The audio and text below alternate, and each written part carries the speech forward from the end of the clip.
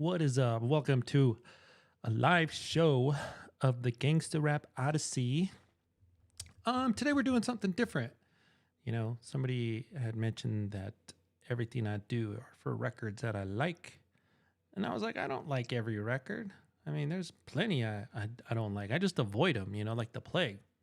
So I was like, you know what? I want to talk about some records that I don't like. I'm going to revisit them and tell you if my opinions changed or if there's any saving grace on these records, anything that saves these records from being completely whack, it's kind of like I got some easy targets here, the first one I got here is "The Game Is to Be Sold, Not Told" by Snoop Dogg. Now, I want to just be clear here, I am not looking for the easy target records. Like, I don't know, you might say Ja Rule, who's got a lot of R&B. I'm looking for the the ones that unpleasantly surprised me, unpleasantly surprised me. And this one, the game is to be sold, not told. First of all, this is just all opinion, my opinion. And like I say, another man's treasure is another man's trash. So, just because I thought the album was whack don't mean shit. So, that being said, let's get on with it, man. I want to talk about this record here. The game's to be sold, not told. I got 4 records to talk about, all right? So, hang on to your hats. This one, No Limit, when did it come out? 1998? Yeah, No Limit was on top of the world, of course. They had just bought Snoop Dogg, and, the Dog Father came out from death row, and we didn't know you know what? I expected the worst, and I think we got the worst. Um, Master P, the No Limit Soldiers. The thing I didn't like was that they were just like everywhere on this. Like, I don't know what I expected, like I thought maybe Master P would be cool and just have nothing but West Coast producers on here, maybe a track or two with some No Limit guys. And I don't know, what did I know? I didn't know shit. No, this album has No Limit all over it, man, all over it. Like, you could have almost plugged in anybody on these songs and it would have been just another No Limit record off the assembly line. Um, the some of the shit that I really didn't like, of course, like, I mean, the record cover. Come on, oh my god, that it's like the worst Snoop Dogg record cover ever. Maybe the worst No Limit record cover ever. I mean, it's ridiculous. It's just ridiculous. Uh, I guess it could have been worse. It could have been worse, but it's pretty bad. I mean, I can hardly even read the title. The title's fucking long. The game is to be sold, comma, not to be told. Sheesh.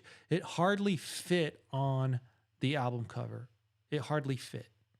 So many, it's just so, I don't know, so many little diamonds of Photoshop, little bling blings on that thing, man. But how about the music, though, most of the producers are KLC, Master P, Craig B. But there are some surprises like Superfly, Meech Wells, which I didn't really know who Meech Wells was back then. But he's a dope producer. We got a DJ Pooh song, which I don't know. I kind of think DJ Pooh went to waste there. I didn't really care for it that much. KLC, he does his thing, He does his thing. What do you want from him? He's a no limit soldier. What is it that I didn't really like though? Some of the songs like Woof, like, that's just cringe, man. Woof. Gin and Juice Part 2, like, you can't make a sequel to that. I mean, you can't make a sequel to that Gin and Juice Part 2 without Dr. Dre or Daz, it's I hated that. Dog's Gonna Get You. I didn't like that song either. I mean, there's a line here where he's like, he trademarks bitch, and I'm like, come on, man. Everybody knows that's a Too Short trademark, right? I don't know, man. So I mean, it's a long ass CD with like 21 tracks, couple skits. How many skits are on here? I don't remember it being too ridiculous. No, maybe just one skit. It looks like, Pay for Pussy featuring Big Pimpin'. You know, fucking allergies want to hit me up right now. But hey, it didn't do too bad on the Billboard, number 12. I mean, for Snoop should always get number 1. What is that, the year end? Okay, he got number 1 on the weekly, so I was wrong there. It did go, damn, 2 times platinum. Good for Snoop, getting paid. But that was to be expected. This was like a layup album, a slam dunk. Uh, if anything, No Limit got a lot of exposure off of Snoop Dogg.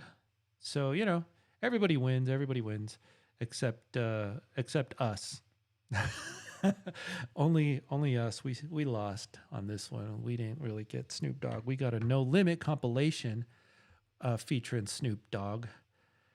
But it's not all bad. It's not all bad. There's a few. I pulled out 3 good songs. Okay, I pulled out 3 good songs of this record. Snoop World, which is funny because it's the first song. And the first time I heard it, I thought, okay, this isn't going to be too bad. I could get down with this. It's all right. Nah, it's a lot of hit and miss, but mostly miss. I think Still a G Thing was pretty good with Meech Wells. I thought that was a pretty good track. And then the track with C Murder, Ain't Nothing Personal. I'm a rider. Like, oh, come on, man. C Murder just kills that song. That's like a guilty pleasure song. It's been my guilty pleasure for years. But those 3 songs, I think, saved the record from just being a total throwaway. Like I can't throw it out the car window because of those 3 tracks. So, what is your opinion on the game is to be sold, not to be told? Let me know what you think in the comments. Do you like this record? I don't really know anybody that likes this record. It's kind of crazy. Listening to it now, I try to keep an open mind, especially on these No Limit records. But I still just can't shake the feeling that they're trying to put like a square peg in a round hole. It's like it just didn't. I don't know. It didn't do it for me. So that's my thoughts on that record. How about this next record, man? Method Man, Tical 2000 Judgment Day, also a 1998 release. Did this thing go platinum? I'd be surprised if it didn't. Let's see. Yeah, it did, man. It did. So, 1-time platinum, hit the number 1 on the Billboard. Why not, So what makes this record so hard for me to listen to? Well, first of all, this record has 11 skits. I kid you not. 11 skits. It's really I don't know, man. Maybe that had a lot to do with me being able to like find the flow to this thing. Wow, the professional ratings though aren't too bad. Rolling Stones, fuck them, who cares? But 2.5. But everybody else, like Spin, gave it 8 out of 10. USA Today, 4.5. I'm surprised. I wonder what the source gave it. I don't give it that high. 11 skits is too much. Some of these beats, I don't know. Is it because I'm a West Coast guy? Maybe. But True Master, that guy was hard to get into. Rizzo did his thing on here. He has some of the better beats. Inspect the Deck made me curious, at least. I think that what is that? Perfect World? No, Cradle Rock with Lisa Left Eye Lopez. I wish she would have, I don't know, did more than just talk shit. But, she did her thing, but obviously she's capable of more. I don't know. A lot of these beats were just hard for me to get into.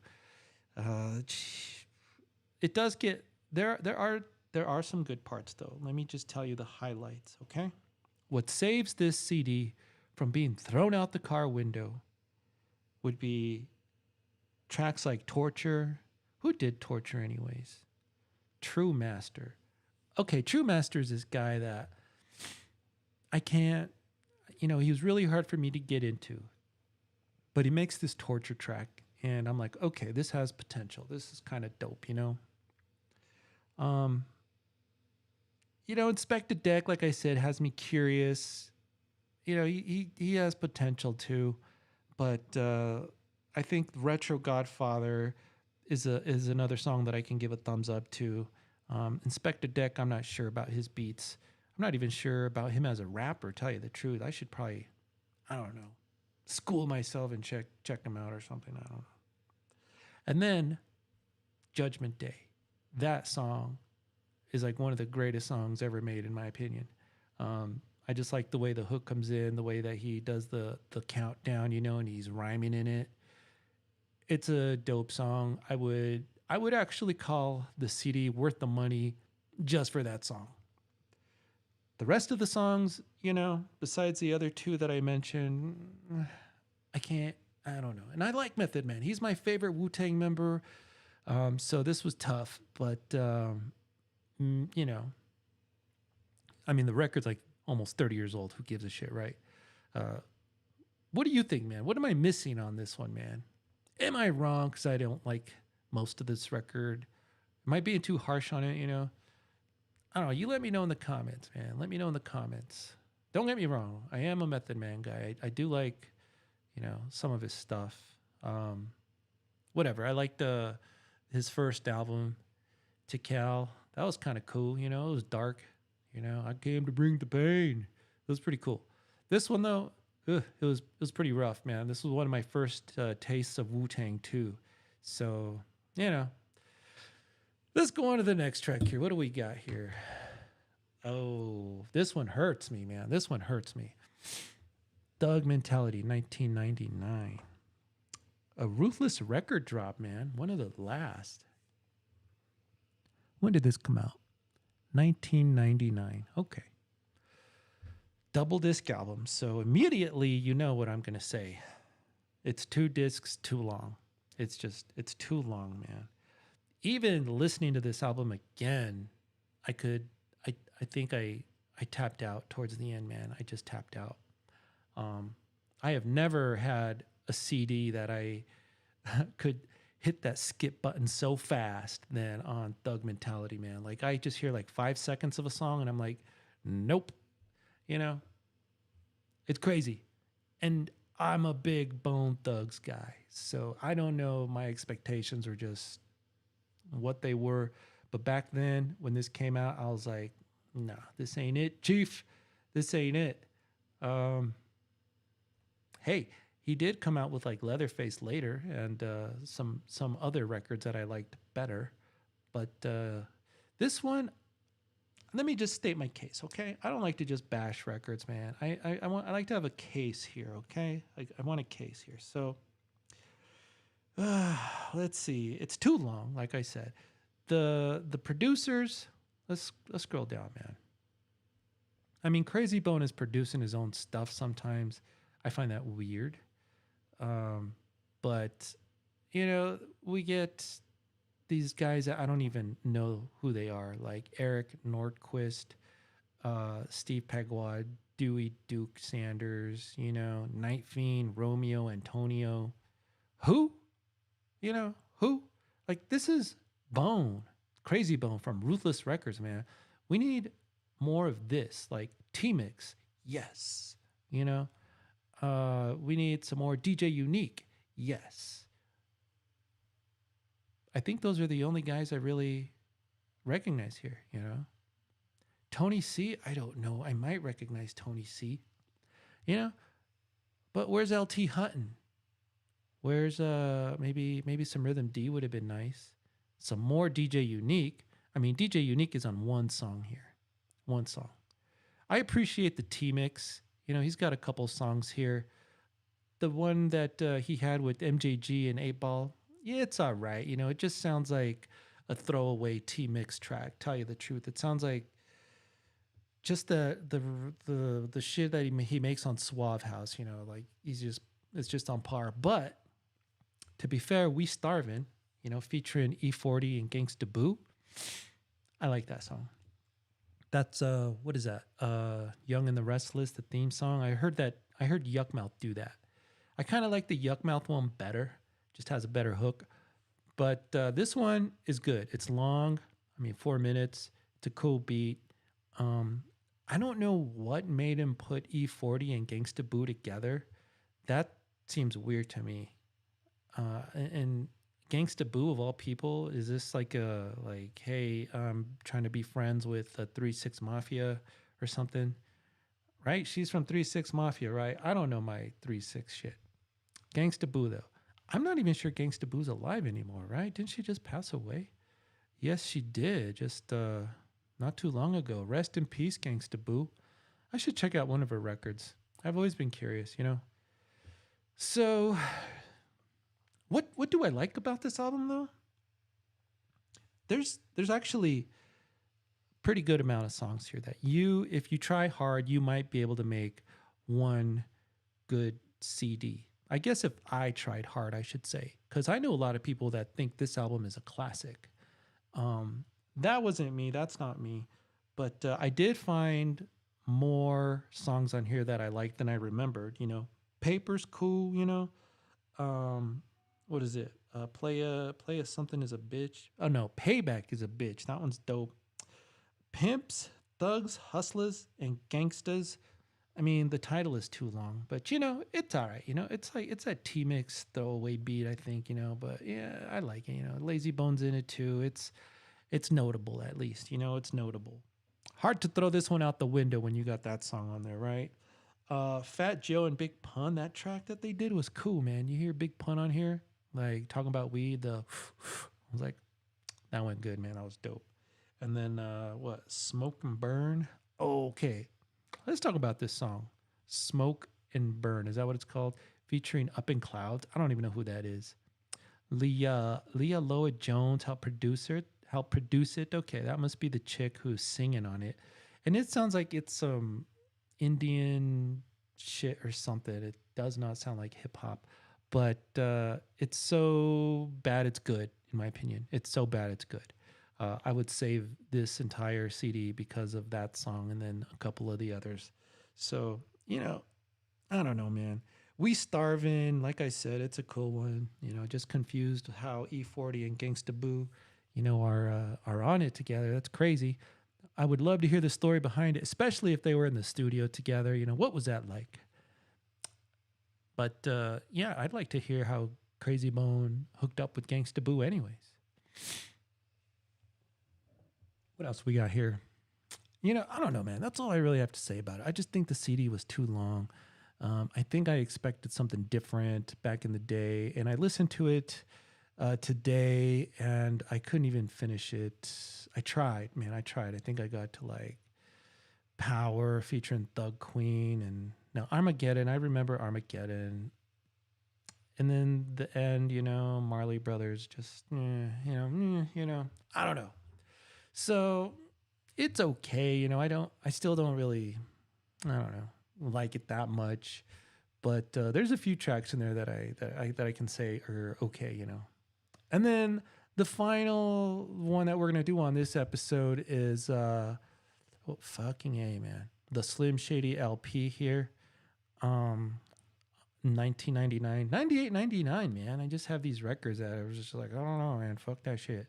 But this one obviously hardly needs an intro, but fucking people up on Wiki writing biblical proportions of paragraphs on this guy. Like, geez.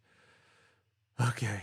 You know, Dr. Dre on some of the beats, you know, not bad. Bass Brothers, I don't know who that is. Eminem apparently producing too. I never thought Eminem was a great producer. Even the shit he did that, well, didn't he do like a Tupac album or something? That was hella cringe. Hella cringe. This album is pretty cringe. He just has this, I don't know, man. Like okay, I got it, and I am ashamed to admit it because I've never bought an Eminem album since. But I got this one, and I was like, all right, we got this dude. He's from Detroit, what could go wrong here, right? But I just thought when I first listened to it, I was like, this guy's kind of like a watered down version of Isham, but he's also trying to be, I don't know, funny, like ICP, you know, what ICP is, Insane Clown Posse, and what they do. And then Isham is the guy, the original OG from Detroit, but he's like not that funny. He's like the fucking dark, you know, almost satanic guy, like real dark shit from Detroit. Gutter gangster, whatever. And then this guy comes out, Eminem, and he hits the jackpot, right? Because he hooks up with Dr. Dre. And both of them save Aftermath and probably Dr. Dre's career. So, I recognize that it's this big deal of an album. But I just didn't care for it. I think his voice was kind of like whiny. And like I said, man, this is just all opinion. All I can do is back up my opinion with my opinion, right? Because it don't mean shit. It's hip hop, it's gangster rap, and this is not that. This is kind of like goofy rap or funny rap or whatever. And I don't know, man. I just didn't turn back, man. I just saw. I was like, oh, this guy's like the great. Like whatever, man. People put him up on a pedestal, like the greatest MC ever, and I'm like, no, but whatever, whatever floats your boat. Um, just yeah, and this one, the LP, the Shady LP, will remain on the list of records I don't like. Throw it out the window. That's one that I do not keep in the car ever. I would just chuck that out the window. The others, they had some redeeming tracks, but I can understand why I found them pretty hard to like, back in 98, 99. Was I wrong? Yeah, I don't think so. I think I'd state my case. I look at them each and think, yeah, I could see why I didn't like that, and that's just my fucking opinion. What do you guys think? What do you think? Is there a popular record that you don't like? That I don't know. You can't like everything, right? Like, what opinion or what records do you hate that everybody just loves? Let me know in the comments.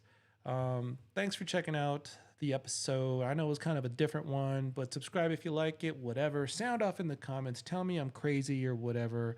I expect it. These are always kind of tough, but why not? It's the Gangsta Rap Odyssey. I'm out. Peace.